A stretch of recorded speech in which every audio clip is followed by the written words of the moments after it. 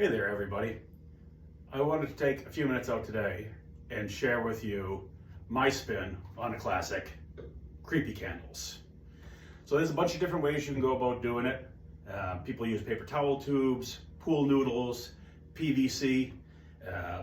PVC is my choice for building materials when it comes to creepy candles. And the reason is because I put my decorations outside. And up here in New England, it means they get exposed to heat, rain, snow. They go out in September, they don't come back in until November 1st. So they gotta be rugged, they have to be waterproof, and most importantly, I have enough things going on in the yard that I don't wanna go out and have to mess with individual props. I want everything to be on a timer, all tied in, so when that timer turns on, the whole display goes. And the same thing goes for the creepy candles. I don't want to be out there fumbling with individual tea lights, turning each one on, and then especially right before bed, going out there and turning each one of them off. So in this method, I'll explain to you the easiest way I've found to hardwire them. So the first thing you do, or the first thing I do, is start off with a stick of 2-inch PVC. And you get this, I get 2-inch, you can use any size you want. I get 2-inch, and I get it for this reason. You can take a regular pool noodle, you cut yourself a slice, you cut just one side of that slice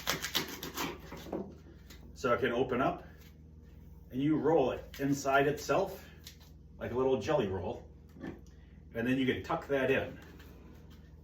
And once you tuck that in, it tries to open back up, and it gives you a nice little pressure fit where you can place your tea light afterwards with the wire running right down through the middle of that opening. So it just makes things easier to use 2-inch, in my opinion. You can use whatever you want, and I'm sure you can find other products that you could tuck in there as a little stopper. But I use 2-inch. I take it over to my chop saw. I start cutting various angles. Just kind of whatever feels right as I'm setting up. If I'm doing just one, or if I'm doing a couple, I try to, make all the angles a little bit different. After that, you're gonna have a perfect angled cut on your PVC, and that's not very organic. So you wanna add some detail to that. Couple different ways you can do that. I have a belt sander that is like a handheld belt sander that I clamp into my vise, and I can then take and work the top of that PVC and just kind of take off that perfect angle that it was cut at. Round some of the corners, give yourself a little drippy spot, take off the little hump that's up top there. So I'll do that. You can also, if you have like a tabletop sander, that works. I've seen other videos where people use their little handheld Dremels, which seems like it would probably be pretty time consuming. I've never tried it, but if that's what gets you there and you're feeling that motivated, it's worth a shot. Also, one thing to note, if you're painting your candles black, this is a non-issue for you. But if you want to paint them white or another light color, you'll notice that on the side of the PVC, when you get it, it's going to have the marking of what schedule it is, what size it is. That will shine through on your white paint for many coats. So when you have your sander out, if you have the markings, just take the sander and rub over that. That will save you a lot of aggravation and paint in the long run. So once you get it to that point of having kind of this organic, flowing slope to it, it's time to start with the glue work. And I use hot glue to do my wax effect, but I do it a little bit different than I've seen in a lot of other videos. I use hot glue, but I don't use a hot glue gun. I use a heat gun, and I use it to heat the whole stick and lay it over the top and let it kind of just kind of run down the sides, and it gives it more of a thicker drip. So I'm gonna bring you over to the table here so you can get a close-up look as I do this one. All right, so as we get ready to use the heat gun and the glue sticks, I just get a pair of pliers. They don't have to be needle nose. Anything you have that can hold the glue stick and keep your hands away from the heat. Hopefully this heat gun doesn't blow the audio all out on the video here, but we're gonna give it a shot. So I start by warming the whole glue stick up. And it's a little bit of a process. You gotta use a little bit of patience.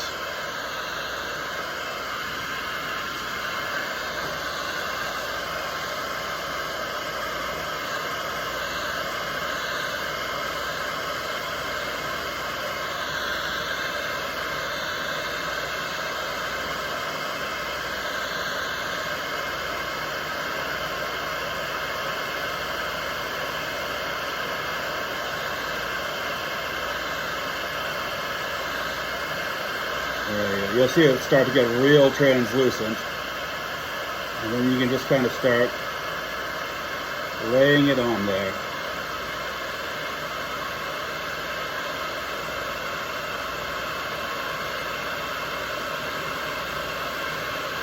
And it feels a little bit strange because it's kind of stiff up by where your pliers are, and then super gummy and kind of loose down by where it's touching the PVC. So you just kind of let it lay on there.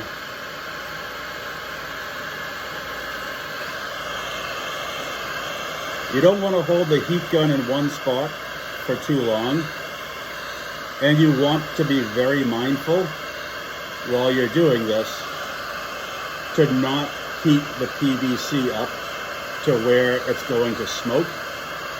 PVC, when you heat it to that point and it starts to burn, releases a very toxic chemical that is really, really bad for you.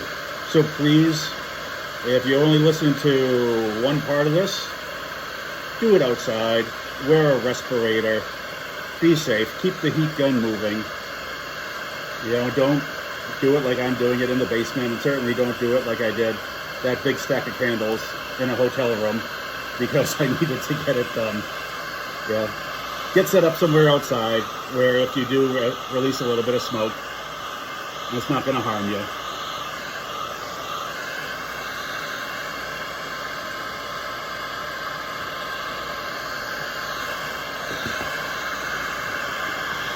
I find one glue stick gets me about half of a candle top.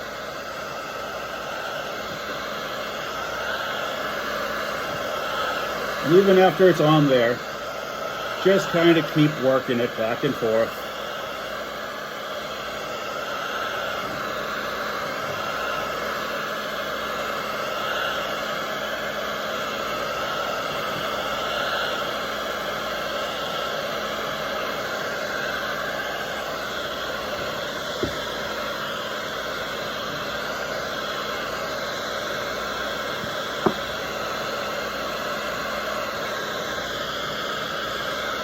You're liking how that's starting to look. I'm going to start heating up your next one.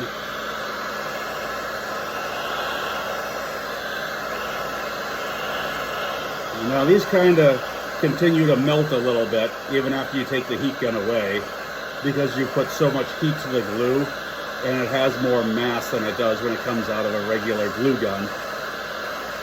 So it will continue to drip and run a little bit even after you take the heat away.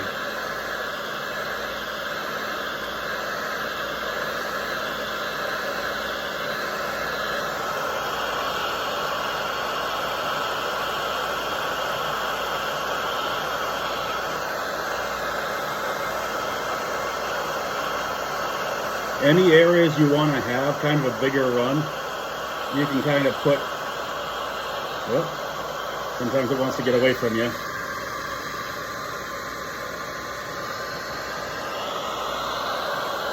Well, you know what, we're just going to leave it there. We'll leave it there and we'll melt it where it lays. But any place you want to have a bigger drip or run, you can just kind of bend it and make a little fold in it.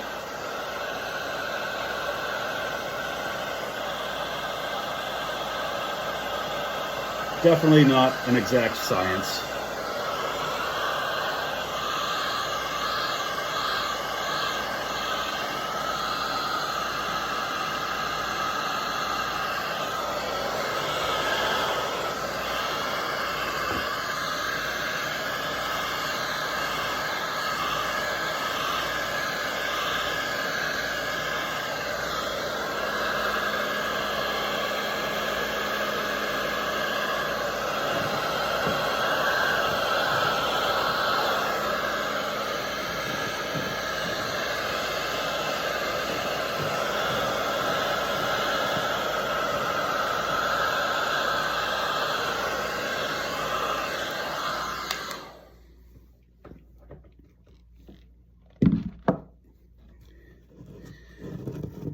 But there you go. You can kind of see you have a lot thicker drips than what you would get if you were to just run little beads with your glue gun there.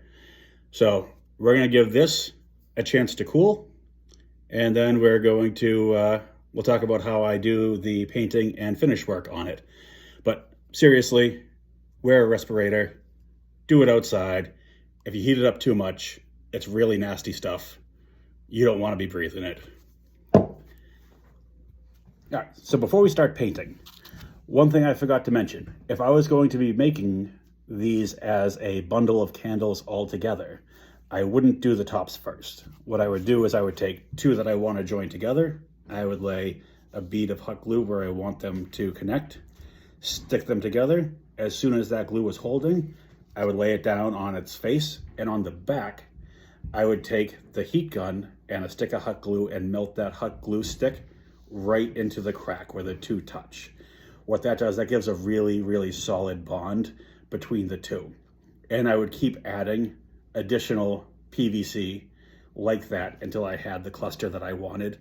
But you having that bond of a faux glue stick between each piece of PVC makes it really rugged, really robust. If it was to get, knocked around or bumped or in storage in a tote, just makes it pretty rugged. And it's well worth spending the extra couple bucks on some cheap glue sticks and burning through them, sticking the whole thing together, then trying to stick them back together a couple seasons from now. Anyway, back to painting. You have your candle here. What I do with it, you can do any color you want, obviously. I use satin heirloom white.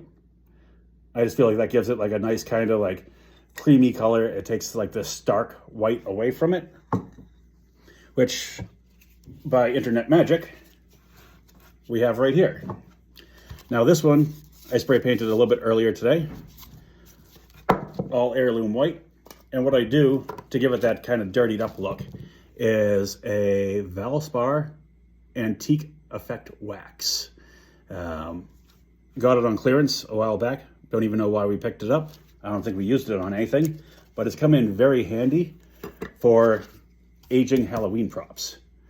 So it's not really a wax so much. It's like a very, very thick paint consistency.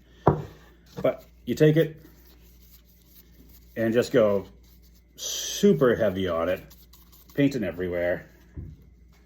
Get all your nooks and crannies, get all up in the drips.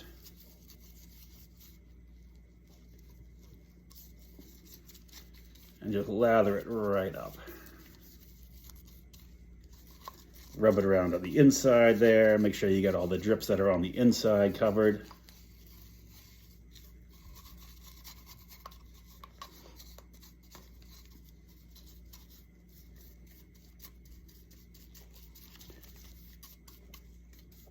And once you get it looking like a proper mess, grab your rag and then just kind of lightly blot it, and a lot of that's going to come off. Now, if you were to get real aggressive and really start wiping it, you could probably take most of this off. So it's really up to you and your artistic opinion of what you want your candles to look like. I normally like to get a lot of it off, but you leave a lot like hanging right in like the little crevices up in there. I always think looks kind of cool. And same thing on the inside of the candle, because then when the light is flickering in there, it really kind of, you know, that dark wax kind of accents the shadow that's in there. And you end up with a, you know, a little bit more of a pronounced effect with the candle in there. Anyway, so that's all I do. Then I leave it to dry overnight, and we'll come back and we'll talk about wiring in just a little bit. All right, so our candle is dry, and the very last step we have is lighting. Now, if you wanted to, at this point, you could take your pool noodle, roll it up like a jelly roll, tuck it in there, take one of these cheapy tea lights, flick it on, drop it in, and call it good. But like I said before, I like to hardwire all my stuff, so then that way when the timer goes off, everything goes on. I'm not out there individually turning props on and off. So I wanted to find a way to make these hardwired. So I watched a couple of tutorials and found a few different ways. And basics are, you pop the battery, get that right out of there. And then you got a little hole in here that you can stuff a flathead screwdriver, and you just kind of rip the guts out. And this is what comes out. The switch, the bulb, and you're left with just the top. No electronics, no anything like that. Just the flame and the outer case. Now last year, I took the individual flicker bulbs and I soldered all of them to their own wires and powered them with a 3-volt power supply. And that was an extremely tedious process. And my whole display runs on 12 volt, except for these candles that ran on 3. And what do you think I did? I plugged them into the 12 volt one time by accident and blew the bulbs like 2 days before Halloween. So this year, I'm idiot-proofing it for myself because I didn't want to go through the soldering process again, and I knew eventually I would make that mistake again because everything I have is 12 volt. So I found these flicker bulbs from Edge LEC. I don't know, I'll put a link down below in the comments. And what you get, I got 30 of them for about $10. And I think these are the 5mm ones. And you get a little LED bulb, all wired up already. And that little bulb sticks just perfectly inside the tea light flame. Now, it might vary from tea light to tea light. They all have the same general construction, but there might be some variances, or some variables rather, here and there. I'll put a link to the specific tea lights I got as well underneath, but they're just cheapy ones off of Amazon. So you insert the bulb, and at this point here, I would take my hot glue gun and put a good bead of hot glue all around the bulb, just to keep it from pulling out. It's got a pretty good fit in there, but just to be on the safe side, I would do that. Then I'm just going to strip a little extra off these wires. And this is a very, very thin gauge wire. And you can connect it a handful of ways. You could get some little crimp connectors. You could get some shrink wrap. You could do a whole bunch of things. But I'm trying not to overthink it a lot here. I'm trying to keep it simple. And for what we're doing here, I think all you really need to do is, so I just have a little pigtail I made here. It's got a female 12 volt quick connector, and it's just long enough for me to plug in to where I have my male plugs down here to show you that it works. So I'm going to take my black and connect it to the wire I have set up to be negative and just twist those together. And once they're good and twisted, I like to just fold it in half as well. It kind of just locks it into place, especially where you're taking a thinner gauge wire and mating it with a larger wire. Just kind of ensures that that connection is solid. And the wire that I'm using for the pigtail that I use for a lot of my display, I don't think I have the container right here, is just 18 gauge speaker wire that I picked up at Walmart. It's nothing fancy. I showed it in another video. It's got the blue coating on the outside, the blue casing on the outside, and one of the wires has a white stripe. So it just helps you to differentiate from one side to the other, you know, when you have the same wire. So I just did the same thing to both sides of this, folded them over, and I take the electrical tape. I start with one. I start a little bit below where I connected the wires, wrap up and past it so it's good and covered, pinch the top a little bit so it's good and sealed. I wrap back down, and then I lay this other one right up against it and do the same thing all the way up.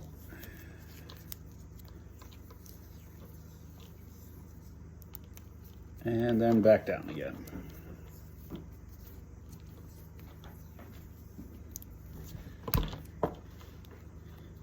And that, by going past where the connection is, if you do get any pull on these wires, it's pulling down here where the tape meets the wires and not up here where the two wires meet.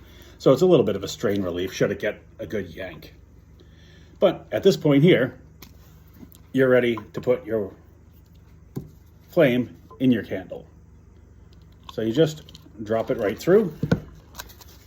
The little jelly roll we made earlier. Set the wire right inside. Close it up. Tuck it in. And I'm going to plug it in down here. As long as we didn't screw anything up.